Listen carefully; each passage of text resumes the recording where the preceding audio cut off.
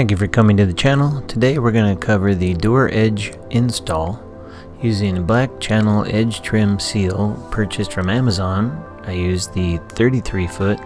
However, you could have used the 20 to 25 foot instead. The 33 was a bit longer than I needed. As you can see by the video, that it's very easy to install. It doesn't take very long, probably about 15-20 minutes total per door.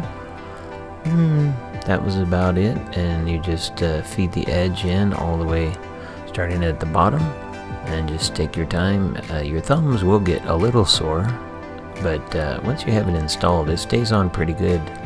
I had no problems with the edge falling down at all.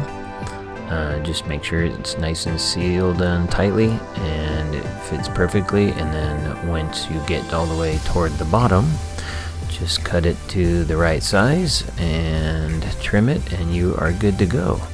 And that's how you install the door edge seal on the 2021 Rangerunner from Runaway. Thanks for watching. Be sure to like and subscribe.